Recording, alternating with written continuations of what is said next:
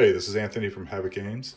There's been a request for a video about missile weapon and ranged weapon combat, so I'm going to run through a quick combat example here. Real quick, we have missile weapons covered in the Havoc handbook, and I believe we posted recently on Board Game Geek some in-depth information about missile weapons.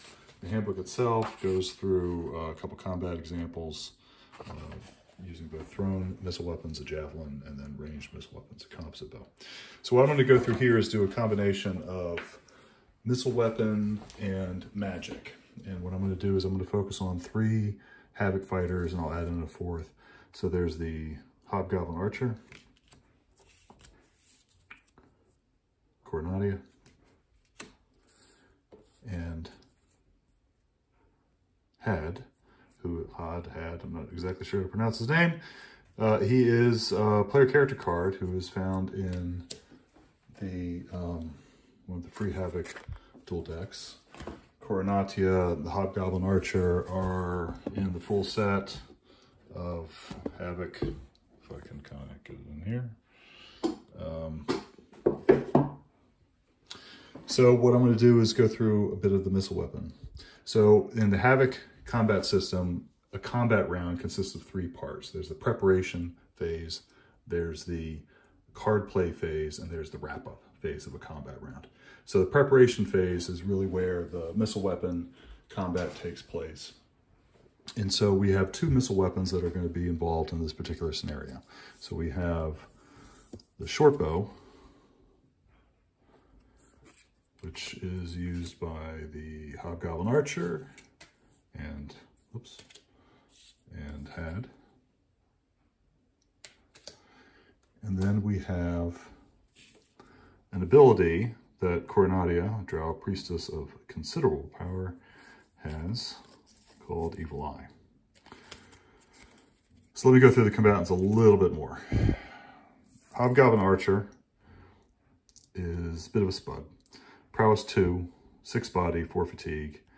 He's armed with a short bow and a hand axe, which the hand axe is not going to come into play. He's a Kakadin warrior. Lists his class up here in the upper right hand corner. And these are young hunters behind the spear hedge. Had is a Sopron, that's the symbol, rogue. He is prowess 3, which is what you see here. These are different characteristics for player characters. So alignment, prowess, body, fatigue, command, and then influence and wealth. He is prowess 3, so he gets 0s across the board. A rogue with +1 to hit with a chosen missile weapon, and Had is in padded gambeson.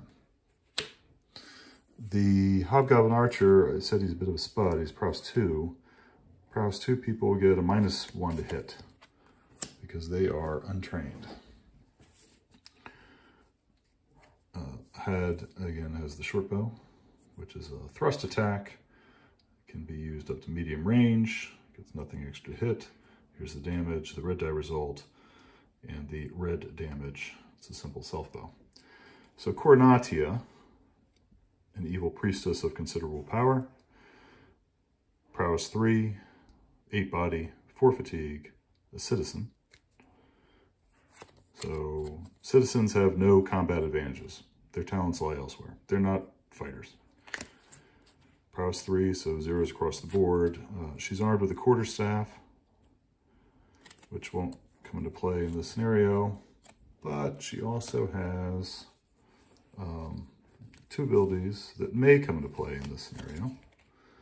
And one is called Evil Eye, and the other is Poison Weapons. So Evil Eye can be used at close range, whereas the short bow can be used at medium range. So it's treated like a missile, close range in the missile phase. So that preparation phase at the start of the combat round, you choose one opponent and you gain a Misfortune Curse condition. And there it is.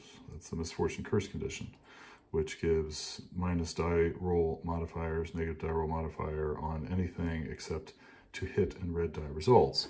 But what it would affect in combat would be wound, you know, trying to recover from one of these start around effects, or it would affect, you know, bash, your start around, your chance to rise from a bash, something along those lines. So that's a role-playing add-on with Havoc, Evil Eye. As you see, it's automatic. So poison weapons, any of their followers, so Coronatia, she has Desperate Defense, Duck Past, Evil Eye, Poison Weapons, and Shadow Revenge.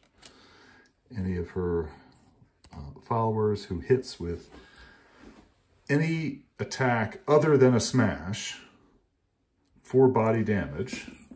So an arrow from a short bow would be a thrust, not a smash attack. Has to cause body damage, so can't be stopped by the armor. Can't just do one fatigue of damage. It has to actually cause body, which is drawing blood. Would then gain a poison condition.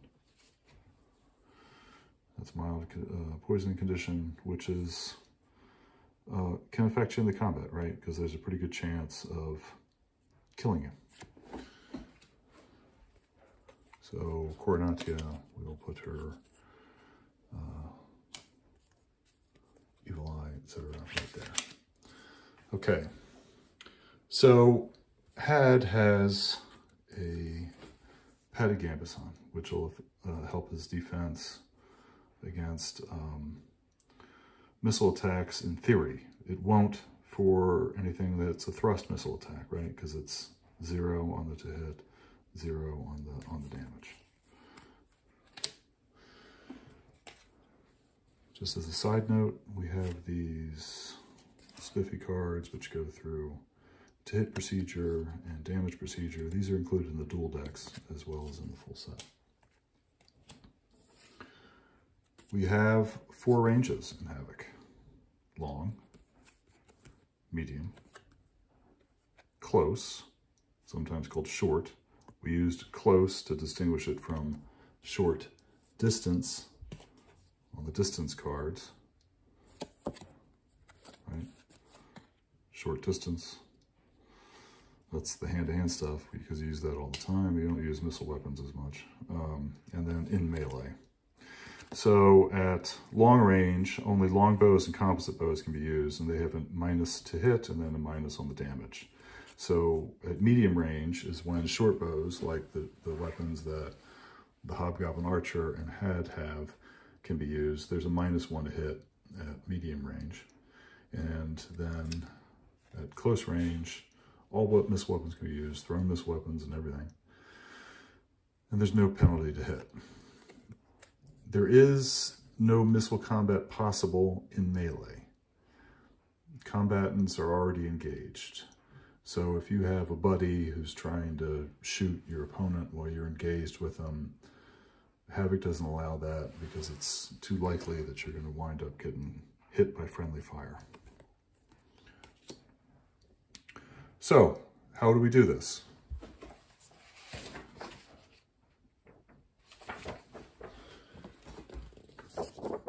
You start at different missile opportunities: long, medium, close, and then into melee.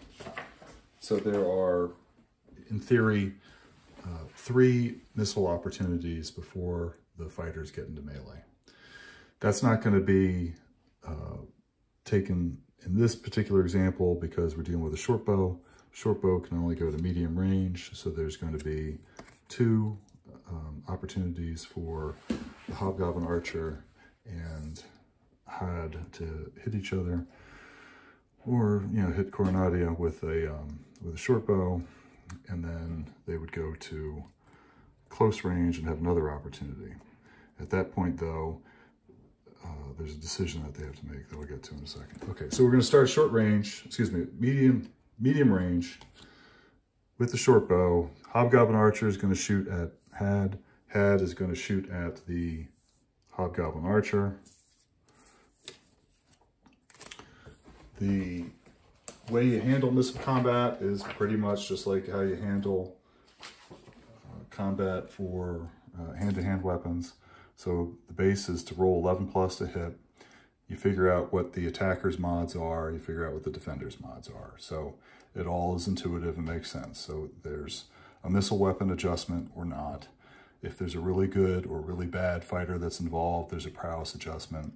If somebody is reeling from a bash condition or wound condition, you know, so like reeling, for example, gives them a +1 to be hit.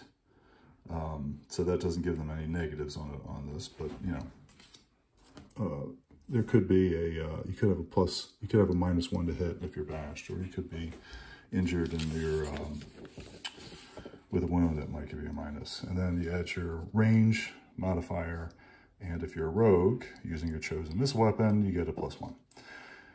Stacked up against that, you look at what your defender's modifiers are, so it's really the armor, whether they have a shield, any conditions they have, and then the only active defense that is allowed is against thrown missile weapons and fire breath, and that is, you can dodge. You can't blade parry an arrow. You can't, you know, half parry a sling bullet. You can dodge, and those are only the thrown missile weapons. All right, so the Hobgoblin trying to shoot Had with a short bow. Short bow, you're at medium range, so he has -1 to hit. You look at the card, so there's nothing fancy about the short bow. There's no additional advantage and there's no penalty for it. But he's a spud, so he has a -1 to hit. So he has -2 to hit. And Had is in armor that doesn't do anything against arrows. He's in padded armor. So he has a -2 to hit. So 11 -2 is 13. So does the Hobgoblin hit Had? The Hobgoblin misses Had with a 10.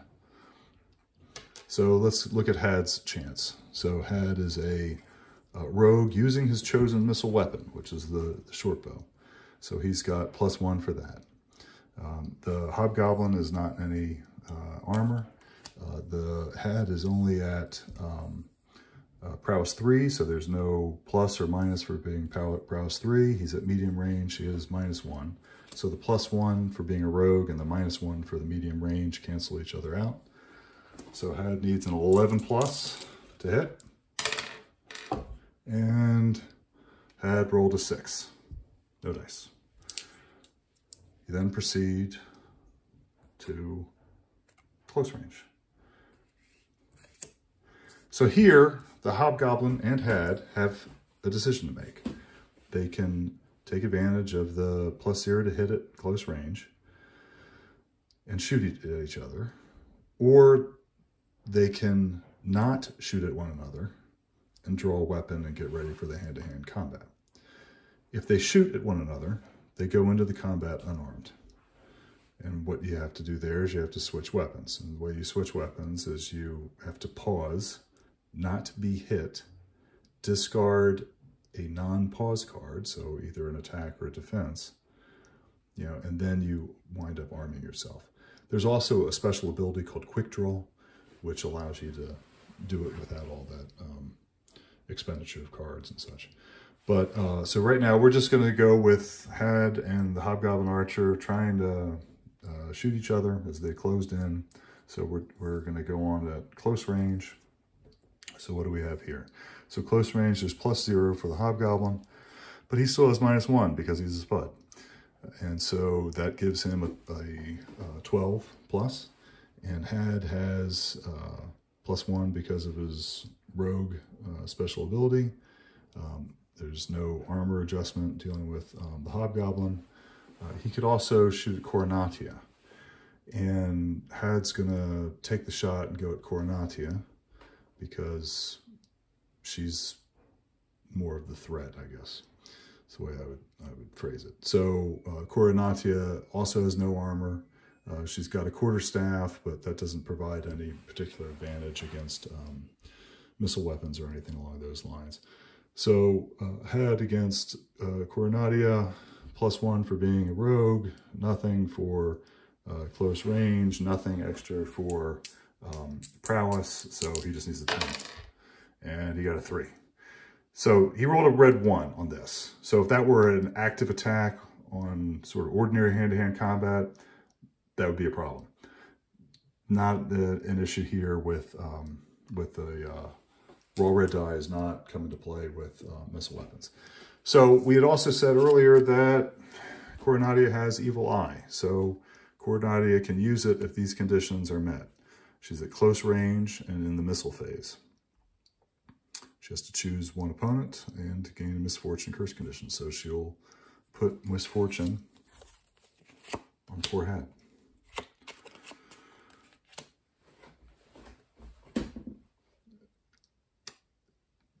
At this point, the two different sides would be going into combat, and they each have their own deck set aside and so forth to run that out. I'm going to keep this kind of short because I think we're already past 15 minutes, so I'm not going to go into any of the combat for this right now. I do want to go through 2 quick one-offs, though, or variations on this. So let's say that instead of had, Ardith was the person that the Hobgoblin and Coronatia were fighting. Well, Ardith has a medium shield, and she also has pretty good armor. So probably would have been the better one to use as a combat example, but I picked up the hide card. So we'll just go through one of these combat rounds real quick with, or missile opportunities real quick with the Hobgoblin and Ardith, who does not have a missile weapon.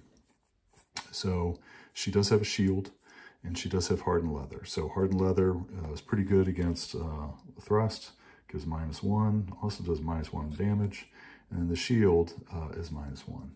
So if we look back at the Hobgoblin, and we have the Hobgoblin going against Ardith. Hobgoblin against Ardith. Okay, and we're at medium range. That's the first opportunity that the Hobgoblin can use to try to hit Ardith. Ardith is advancing. She's got a medium shield, and she's pretty well armored with hardened leather. She's also got a Corinthian helm. She's got greaves. So Ardith is pretty tough.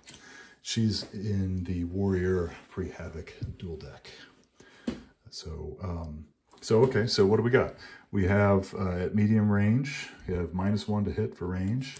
You also have -1 for the Hobgoblin because the Hobgoblin is a spud. But that's on the attacker side, so -2 right there. And then with Ardith, she's got a medium shield, so that gives her -1 protection against missile weapons. And against a thrust, her hardened leather armor gives her -1. So there's -4. So instead of 11, he's got to hit a 15 plus. And he rolled a 4. Another red 1 there. I got to move these dice aside when I'm playing. I got to pick some better dice. But so Ardith is missed there. She advances. Then we go to close range. And you've got no modifier for the Hobgoblin except for his prowess. And then for Ardith, you still have -1 for the missile weapon protection on the medium shield and -1 for hardened leather protection. So instead of a 11, he needs a 14. So it's -1 for the prowess and -2 for...